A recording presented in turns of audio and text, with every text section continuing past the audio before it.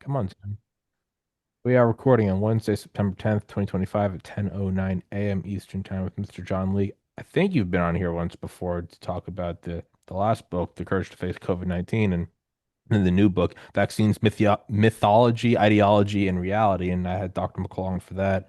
I don't know what, a couple months ago. Well, not a couple months ago. It says August, so probably about a month ago. Um, and then to kind of what you were just saying beforehand, it's more of like the less of the technical side, which is what something like Dr. McCullough excels at. He's a walking encyclopedia, and more about the outright, almost religiosity of it, where you really can't question it, and that's just, I don't think any time in human history has that ever resulted in anything good. So, Mr. Leake, take it away, man. Well, the story, I should perhaps say, my name's John Leake. I'm primarily a true crime author. I started working with Dr. Peter McCullough when we discovered that we're basically neighbors in Dallas in the year 2021. And back then, my true crime instincts were awakened because it felt to me like what the United States government and its friends in the pharmaceutical industry were telling us. There were distinct elements of fraud. I mean, I that was my suspicion, and it looked to me like organized crime. I would call it racketeering, Hmm. since that you have these big, powerful companies. They do government contracts, very rich government contracts. The U.S. government might pay them billions of dollars for whatever their in this case, I would say it falls squarely within this arena of defense, in this case, bio defense. So the racketeering is not easy. I mean, excuse me, it's not difficult to spot. There's an infectious disease virus. It's almost like we're being invaded. And you, Uncle Sam, need our product. And we know that you, Uncle Sam, have a very large checkbook, and we're all friends. We all know each other. So let's go. It's a good racket. As far as rackets go, it's not a bad one. It's as good of a racket as one could It's possibly. easier to it's easier to dole out than the military, because the military, you can always wrap it national security, but people are always like, why are we going there? And you have to send people to go die. Man, the biological one's even better. It's You don't gotta do anything. Nobody's dying. As a matter of fact, less people are gonna die because of us.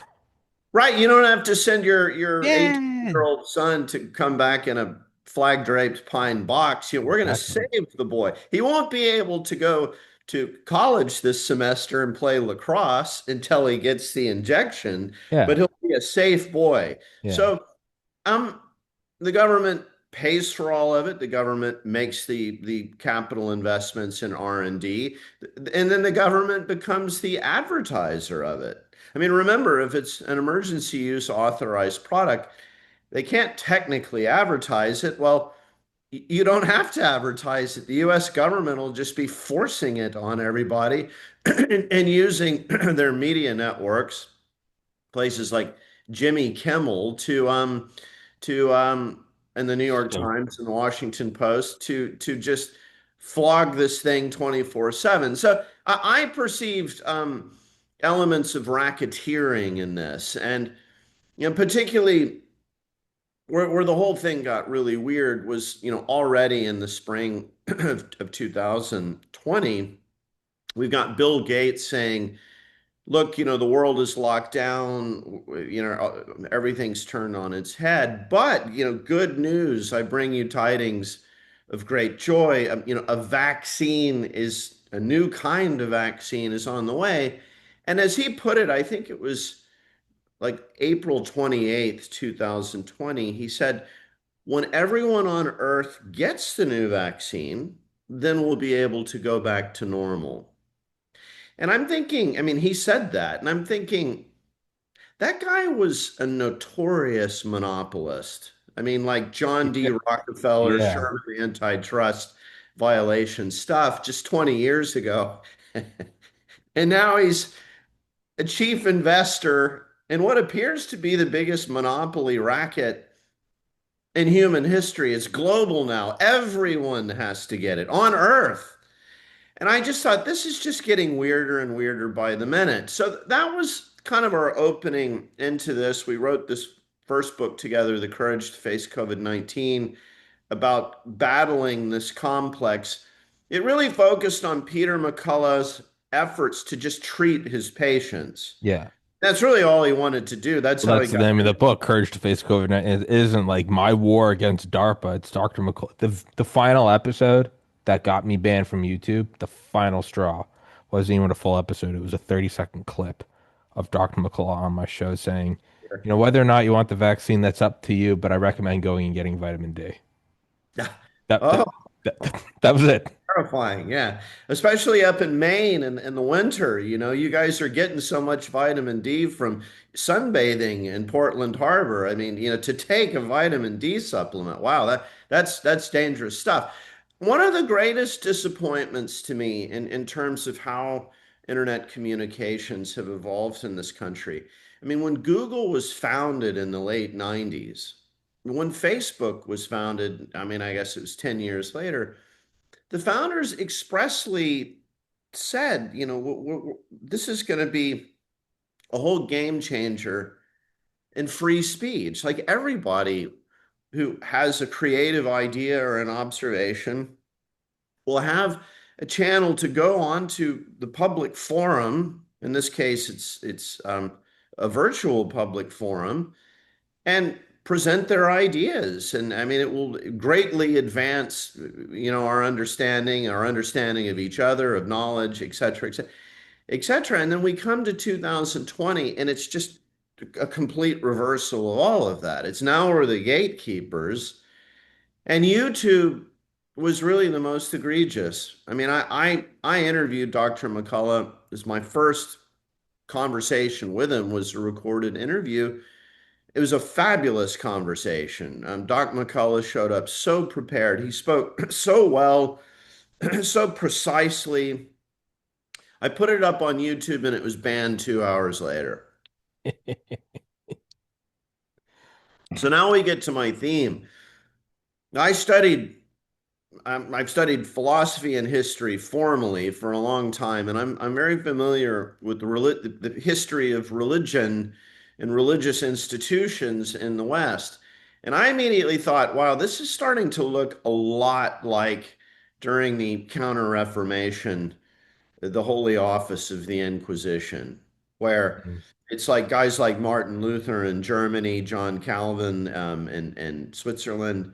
It's like these guys are dangerous heretics, and the Office of the Inquisition is going to prevent anybody in Catholic lands from hearing about these guys. So this censorship, like dangerous ideas, we don't want the common people to be hearing about this. So that's really when I started thinking, this has kind of elements of orthodoxy. In other words, it's the factual reality of what we're dealing with, which is very complex and we're still learning about it. We're not the sort of powers from on high, we're not interested in the kind of messy, detailed, factual reality. We don't want to hear that doctor in Dallas talking about it. We've already established an orthodoxy. Like there is an official pandemic response.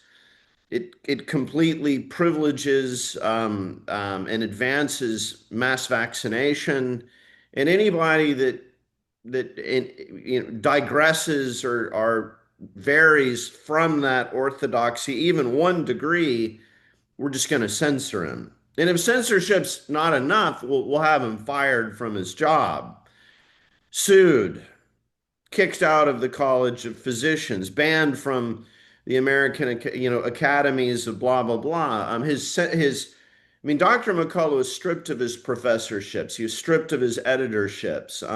He's got all these knives coming out against him in different medical societies. It's like all he talked about was treating his patients to keep them out of the hospital using old, safe, FDA approved drugs. So we asked ourselves, what is going on here? this is so extreme. It's so fanatical and it's so irrational. So when we embarked on our second book, we agreed, let's go back to the root. Let's take it back to the beginning, to the genesis of this thing. All the way back to the 18th century when the enterprise carries off. And like, let's look at how this has evolved.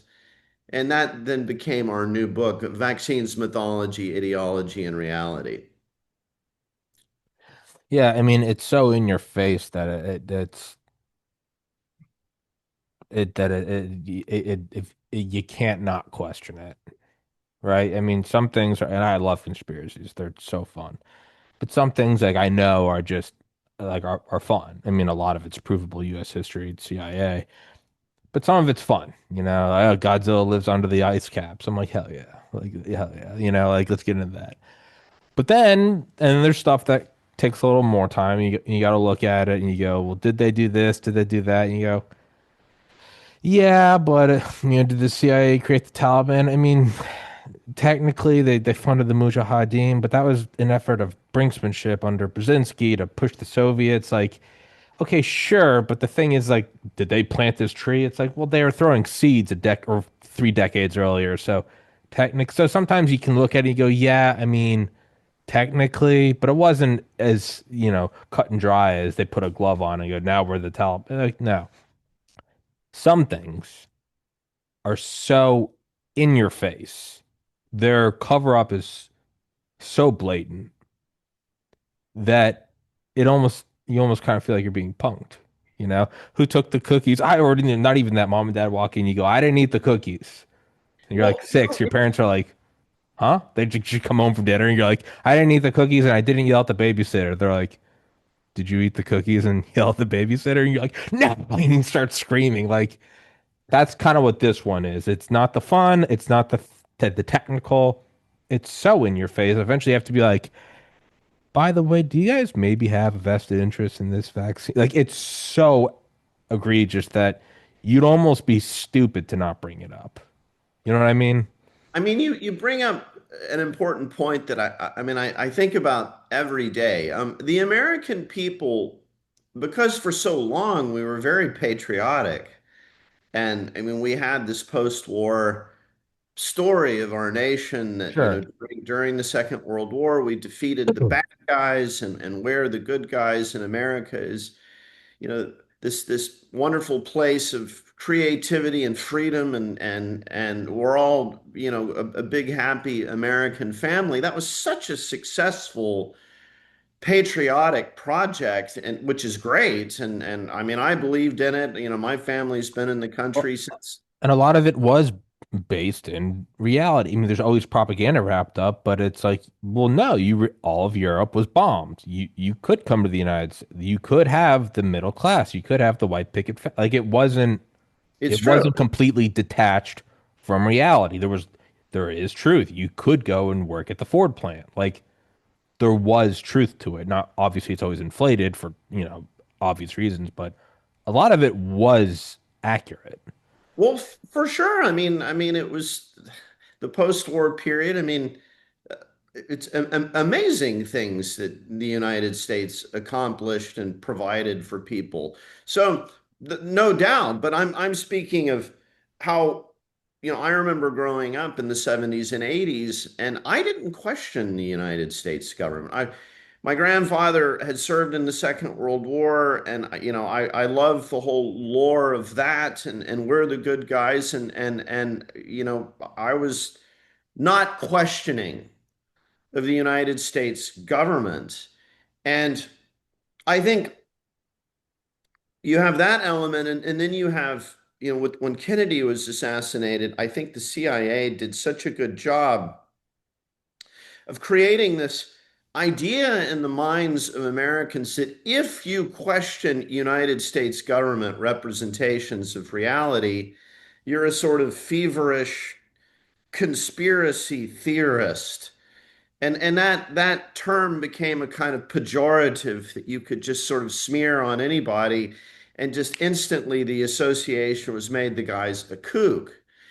That was a very, very clever move on the part of the US government because conspiracies happen all the time. Anytime a federal prosecutor can include a charge of conspiracy in the indictment, like there's more than one person involved in this criminal activity. I mean, he'll include the conspiracy indict. It's the prosecutor's favorite charge is conspiracy. So humans will cooperate. Another element of conspiracy is that people will participate in the conspiracy without realizing they're doing it. I mean, in Hmm. other words, they receive an email or a directive, and it's like, this is our policy, this is what we're doing. Well, you just received your march orders from your boss. You don't know It, what you're it's participating in. compartmentalization. Yeah. Right. So, and it's important to understand that the law on the books about conspiracy, you can be indicted for conspiracy without necessarily knowing or knowing personally the other conspirators. If you're working towards the same criminal end, you're all co-conspirators, whether you actually know each other and have been talking with each other or not. So it's a very interesting feature of human affairs, and it goes back to the beginning of human affairs. But we Americans have kind of been brainwashed into believing, oh, you wouldn't think that our government would do that. A more accurate way is you wouldn't think that certain elements, certain persons in the government would do that. And my answer is, I absolutely believe they would do that. I don't see a strong, cohesive moral framework governing the actions of the United States government. I mean, sometimes, but all these foreign wars, there's so many elements of foreign policy. And then when we get into, what we're talking about, it's domestic policy, it's so-called bio defense. All you have to do is look at this vast regime of secrecy and concealment. I mean, remember our founding fathers, the idea is that the citizenry knows what the hell their government is doing. I mean, Madison expressly talked about this at the Constitutional. Like, we have to have information, we the people, about what our government is doing. And if we don't, then the government will very, very quickly become corrupted. It's just human nature. That's all we're talking about here. And so as we get into the book, we realize there's been a persistent element of fraud and concealment in this entire vaccine story going back to the beginning. In terms of what we're talking about is just human behavior, I think that's the most important way to look at it. In the same way that, well, aside from the fact that communism has provably failed and killed everyone involved, let's say it hasn't, and let's just play devil's advocate for why we shouldn't do communism, excluding all of the history. Let's just imagine that doesn't exist. My critique has always been like, you have operators, you have people who are just better at things. Some people are better at athletics, some people have higher IQs, some people can talk more, some dudes are great with chicks. Tommy, are you great with chicks? Absolutely not. In a capitalist society, sure, you have corporations and do they do wrong? Sure. Is wealth evenly distributed? Absolutely not. It never has been in human history. If you look at communist societies or government heavy societies, those people don't disappear. The go-getters, the Steve Jobs, the whoever created Uber, they're just now there's one party instead of multiple ones who they don't drive down the price because they like you. I'm not naive. They drive down the price because they're trying to, get a bigger share of the market. And that happens to benefit you, the little guy. Okay. In a monolith society, all those people still exist. The Gordon Geckos, the Warren Buffetts, like Tim Cook, Steve Jobs, they exist. They're still going to climb to the top of the system. They're going to climb to, give them a set of rules. And whether it's 1990 Silicon Valley, here's the IPO, here's the technology, here's the market, go. Put them 80 years ago in the Soviet Union. Here's the grain plant. Here's the iron ore place. Here's the secret police. Go. They're gonna operate and they're gonna win. If you brought Carnegie back today, in 30 years he'd own, half of Silicon Valley. Those guys exist, and if you threw him in the Soviet Union, he would be a Gorbachev or a Brezhnev or a Valenti Beria or whoever. The operators exist and they're going to operate. In the United States, is it all fair? No, it never has been in human history. So remove that from your mind. In the United States, okay, no, but you know what? Poor people are fat. In every other country throughout the history of mankind, poor people starve to death. So all that being said, if you frame it in that way, and then you look at something like this, does it mean everyone in the US government's doing it? No, absolutely not. That's childish. But human nature, do you think you can't in the same breath say Occupy Wall Street, they're all evil capitalist pigs who want profit at our expense? Those saints at Moderna are doing the Lord's work. It's like, dude, they're the same operators. It's the same reason why like LeBron James probably still could, if he wanted to, walk onto an NFL team and like do all right. Because he's 6'10" and athletic. Like, Tom Brady, the older, but hey, yeah, I bet if he got into golf, I guarantee you he'd if he put his mind into it and became a psychopath, he'd do it. Michael Jordan in baseball, they're not unique. They're athletes and they're competitive people. Why in God's name would this be any different for this? What has happened? What singularity event has happened that all of a sudden with this precise thing, now it's all good, and if you question it, you're evil. Uh, Yeah, you're talking now about, I think, the psychology of people in this country, in the United States, who have historically identified themselves as liberal Democrats.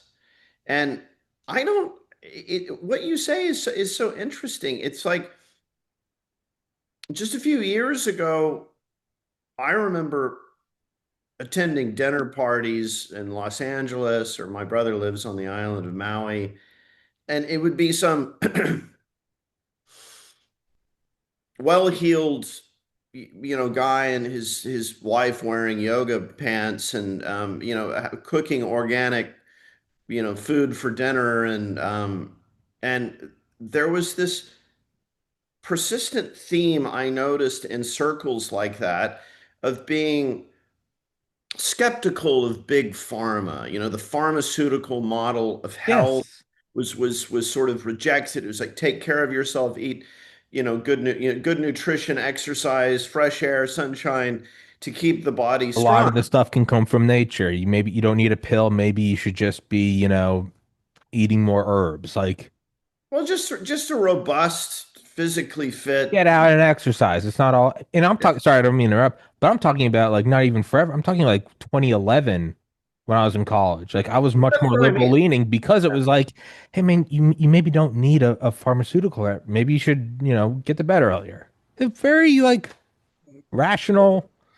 So COVID-19 rolls into town and approximately March of 2020, and that whole cohort, a, a perfect reversal. The exact same people. It's like, oh, Pfizer, which in 2009, a lot of people, we have short memories. And Yeah. in 2009, Pfizer was given the largest criminal conviction 2.3 billion. and civil fine in U.S. history. I mean, like these aren't the kinds of guys, that you would, trust to look after your And children. it's sorry, and again, I've brought that up before because it's important to point out, not 1909, 2009, 2009, yeah. 15 years ago, dude. People would put 100 times more diligence and care into vetting a babysitter than they would like, let's look at these guys running Pfizer and what they're proposing to inject. And remember, you swallow a pill, you smoke a cigarette, swallow a pill, whatever. I mean, it's not a total committal. I mean, it's going to go through your digestive tract, your liver is going to to metabolize it. Your kidneys will excrete it. You start injecting genetic material, molecular material into your deltoid muscle to reprogram the cells in your deltoid muscle to start producing a foreign protein. I mean, we're talking about a whole nother level of invasiveness in the body and its function. But, girls that wouldn't drink a solitary glass of wine during their pregnancy, they're lining up for the shot. And so I'm glad that we're talking about this because I remember thinking at the time, this is not a scientific proposition. This is an act of faith. This is an act of unquestioning belief. I am ceding my entire critical thinking faculty to just completely trusting these people, trusting they're telling me the truth, and trusting that they haven't made even any mistakes. I mean, it was almost like what we were presenting with. There was a perception in the general public of infallibility. Like these guys don't even make mistakes. It's very, very strange. And I'm trying to look at it as, I'm more conservative leaning. I voted for Trump, but I also, the first president I voted for was Obama. So like, I also don't want to try to make this some slam dunk. Be like, oh well, stupid liberals. So I'm legitimately trying to give it like the most rational. And if I had to, I would say two things. One, it could be, and it's not right or wrong, good or bad, rational or irrational.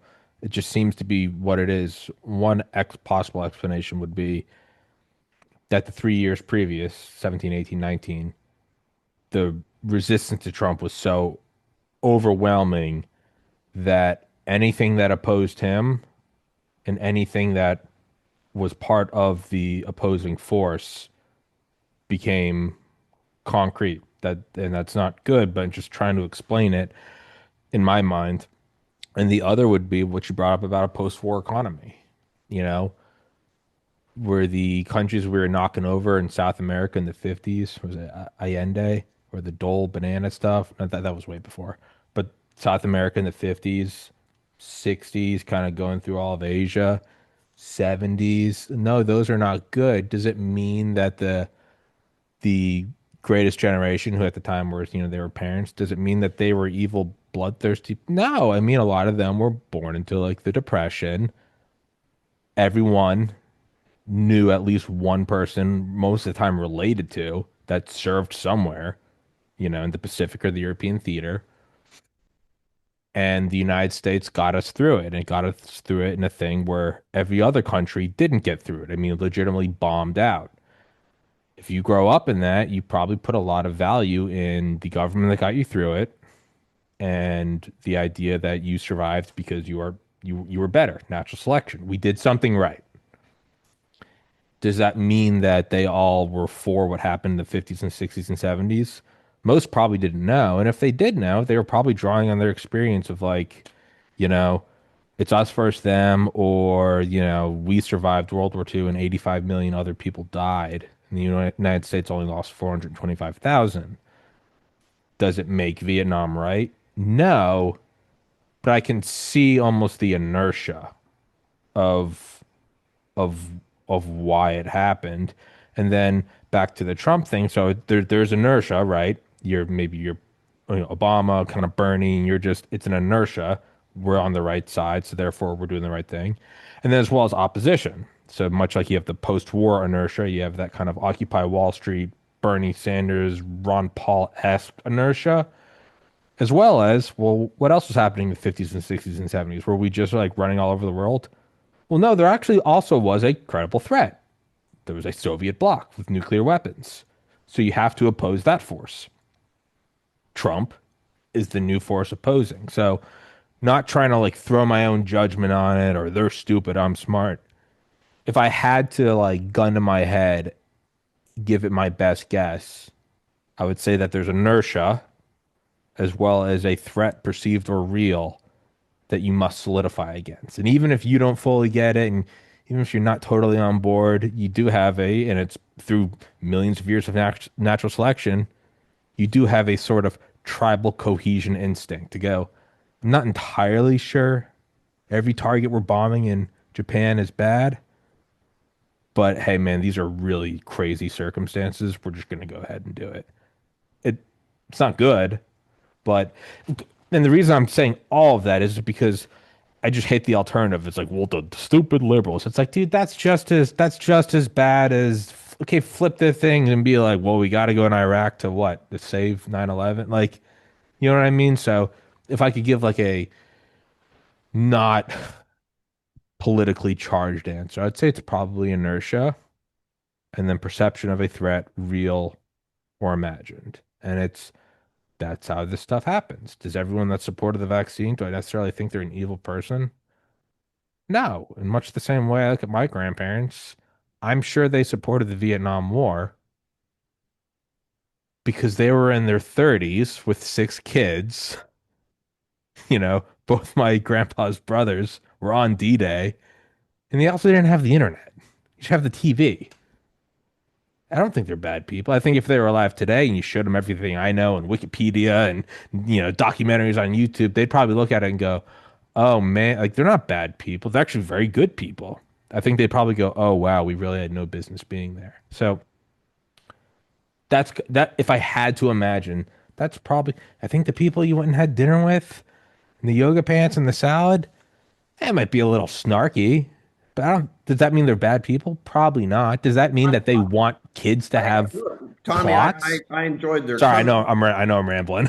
So no, I mean I enjoyed their company. I just what I'm not. This isn't a judgment. It's No, no, just I know. That was it's for me. I wasn't implying you were. it's just an observation Yeah. that someone will absolutely do a 180-degree turn. Like there's fear in the air. I'm afraid, and in that moment of being frightened, my entire worldview, critical posture towards the world, towards what the government, towards what corporations are telling me, I'm going to just flip it completely. Well, I'm going to go from being skeptical to being a true believer in one day. no, you're right. It's an absurd flip. And you're absolutely right. Trump derangement syndrome played an enormous role in this. I mean, I have old friends. I even have family members who became completely deranged by their hatred I lost for, my for lifelong Donald Trump. friends. It was just like they're not thinking anymore. I've never seen someone possessed, people possessed by a hostile animus, by emotion in a way that just completely rendered them unable to think straight about anything. I mean, it's like if Trump were to come forward and just by some miracle present some sort of deep insight that enabled us to cure cancer, I swear these people suffering Trump derangement syndrome wouldn't take it. I mean, they just prefer to die of cancer than to accept and to recognize that Donald Trump had presented something of value. I mean, it's just really it's a true derangement. So I think you're right there. But there's another perhaps more nuanced layer to this. Remember, by the time the vaccines were rolled out, this virus had been circulating in our population for almost a year. So, and this is an important point. I mean, the original theory of rapid mass vaccination, it went back to these flu outbreaks in 1957 and 1968. And the idea was through rapid development of an immunization, when a flu emerges in China, because the world is now connected with telecommunications, in theory, it actually never happened in practice, but in theory, we could rapidly develop a vaccine and immunize the American people before the flu virus made it to our shores. Now, that has, like I said, it has proven to be impossible. There's too much jet travel and community and transportation of people and goods and services. So that proved to be impossible, though it was a dream of flu researchers. Anthony Fauci and his friends in Moderna, they started fantasizing, well, we have a new generation of vaccine technology. And unlike flu vaccines, which have to, you have to culture the virus in fertilized hens' eggs. It takes time. First of all, you have to get a ton of hens' eggs, fertilized hens' eggs. You have to culture the virus, and then you have to inactivate the virus. It's this very painstaking thing. So this is important to understand. With messenger RNA technology, the dream is we can use we once the virus of the once the genome, the genetic sequence of the emerging virus is identified, we can use mRNA to develop a vaccine in a matter of 2 weeks. That was the aspiration. So, in other words, before this gets to our shores from China, where these respiratory viruses often emerge, we can have already vaccinated most of the American people. We'll militarize it. We'll get the National Guard out to deliver it.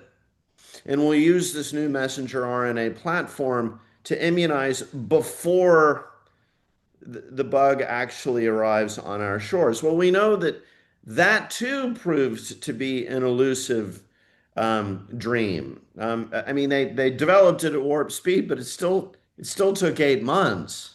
So I come to my point. Most of these people that were waiting in line to get this vaccine, they'd already been exposed to SARS-CoV-2 anyway. A lot of them had already had it. I mean, the strangest feature of the whole mess was people who had symptomatic COVID-19, PCR confirmed. They still went and got the vaccine. Now, we can talk about technically why that makes absolutely no sense whatsoever. But there you go again. It's like this is just completely crazy. Most of us had already been exposed to it anyway. There was absolutely no sense whatsoever in this immunization program. But people weren't thinking about any of this. I mean, it's like a complete disabling of critical thinking. And I mean, this is probably goes back, to some survival mechanism in which fear will galvanize a human being to just act. Don't think, act. Someone charges into your study right now bearing, with a knife, wants to kill you. You're not thinking, you're jumping out of your chair, And yeah, you're defending yourself. And it looks like this whole mass vaccine enterprise is in many ways rooted in just fear. what I was going to say is, and that actually loops back into something you mentioned, was just the Trump derangement syndrome. I don't think back to the idea of operators, people who are just making money.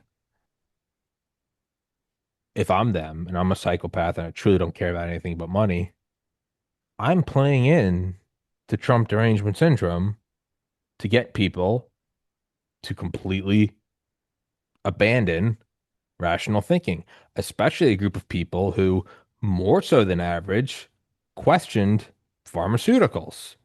I look, Right. if it's just a video game, I'm looking at it as a video game, which is how I feel like psychopaths probably, when I play a video game, it means nothing to me. I want a car, I'll go take the car, shoot the person. It's the video game. I imagine that's how psychopaths look at the world. And if they're just looking at the world to optimize and to win, they'd go, all right, you know, these people are generally for the vaccine or against big pharma. How would we get them? Man, they really hate Trump.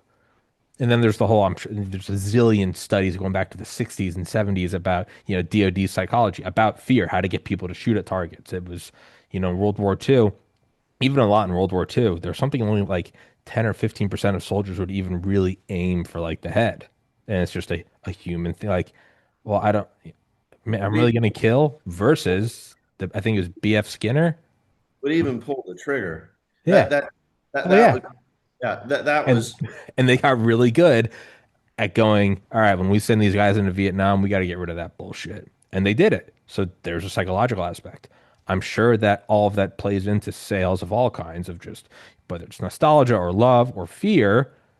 And then how would you really amplify that? So you already have the fear thing. You got to get this. You go, man, these people, you just imagine like the CEOs just behind closed doors, phones off, they're in a skiff and they're like, these people are insane. They hate Trump more than anything. They're going, and this virus comes out and Trump's downplaying it. And they're going, dude, I think the stars are aligning right now. And they're going, yeah, Trump hates it. MAGA hates it, dude. And they're just, you gotta hand it to him, man. It worked. It's pure evil, but it worked. well to slightly muddy the waters on that, which again shows how the mind is just not thinking. So remember, Trump initially tried to put this problem that we were having in the spring of 2020 into perspective. I mean, he would have these White House news briefings. Fauci and Birx are kind of looming over his shoulders like these kind of weird minders. And he's kind of like trying to put things into perspective. He's talking about how there seems to be safe drugs that could take the edge off the illness. Hydroxychloroquine was one that he presented. He's got Fauci and Birx that are completely undermining him, and in a way that I thought, particularly Fauci, is just outright insubordination. Why Trump didn't just fire his ass, on the spot shows that Trump was out of his depth. The kind of the street fighting boy from Queens, all these medical people kind of tamed the beast. In that moment. Usually he's very good at trusting his instincts, but I don't think he did trust his instincts in this instance. But then he's persuaded that the only way out of this damn thing is with the vaccine, which for reasons that we can talk about just wasn't true. But he was made to believe that. So he jumps on board with Operation Warp Speed. What I thought was remarkable was that the announcement that Pfizer BioNTech had gotten approval, that announcement was not made before the election. It was only made 3 days later. So again, this quick flip. I mean, you can see Kamala Harris, and I think Biden himself saying, "Well, I wouldn't take this a Yeah, vaccine no, that's they have tweets saying that. I would not take a developed." Trump vaccine. Yeah, I wouldn't take a Trump vaccine. But then it's Yeah, announced. that's a good point. I forgot about that. The initial anti-Trump sale Yeah, was yeah. working against, but But then the announcement was made after the election that the vaccine had received emergency use authorization. And now that whole group just ran to the other deck of the ship. I mean, it was like we're all here on the rail of this side that the ship is listing. We get through the election. It's announced that the vaccine is available, and just in one instant, they all just run to the other side of the vessel. I mean, all of this stuff is extremely weird, and I'm not attributing it to native intelligence. I want to say this. This is important. There was a German pastor named Dietrich Bonhoeffer. And in 1943, I've he heard was, that name.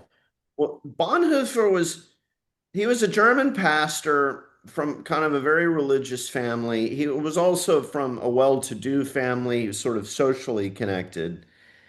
And he was arrested in 1943 under suspicion of participating in a plot to get rid of Hitler. And while Bonhoeffer was in jail, he wrote a lot. I mean, he did get access to pen and paper, and he wrote a lot. And he wrote an essay that was published posthumously after the war. It was found. I don't remember how he put it in safekeeping. He was ultimately executed, but that manuscript survives and was published after the war. And the title is On Stupidity. That's the title. And he says, when I talk about stupidity, I don't mean native intelligence. You can have very, very smart people who were attended to their education, who were perfectly intellectually competent. But under certain political conditions, fear being a very important element of this, under the pressure of political conditions being exerted on people, some people just are rendered stupid. They can no longer think. Hmm. They just can't think. And when you ask them a question, the response becomes this sort of programmed slogan. Safe and effective. A gross oversimplification of reality, a kind of mantra that they just repeat. Yes, safe and effective. Follow the science. I follow the science. The new vaccine is safe and effective. FDIC insured, backed by the full faith of the U.S. government. Right. So along the Bonhoeffer model, Uh, these people were rendered stupid. Stupid and a kind of pejorative name for unable to think straight under these conditions. And what Bonhoeffer points out is once people have been rendered stupid, the only way they can snap back is it's when the government and media regime that has been imposing this pressure, they can awaken from their they can. stupidity, but only with the change of the guard. They won't be able to just by virtue of their own efforts snap out of it. And it's almost like a trance. Dr. McCullough oftentimes pointed this out. He said, I'm having conversations with people, my opposition, and it's like they're in a I trance. remember him saying that on my early shows in like 2021 when I'd have him on. He's like, it's unlike anything I've ever seen. Like the eyes gloss over. It's true. Precisely what Bonhoeffer even uses that expression. It's like this kind of dumb faced, dead eyed, they're in a trance. And I mean, it would take a very, very gifted anthropologist, probably working together with a neurologist and a whole bunch of other things to figure out like what is this?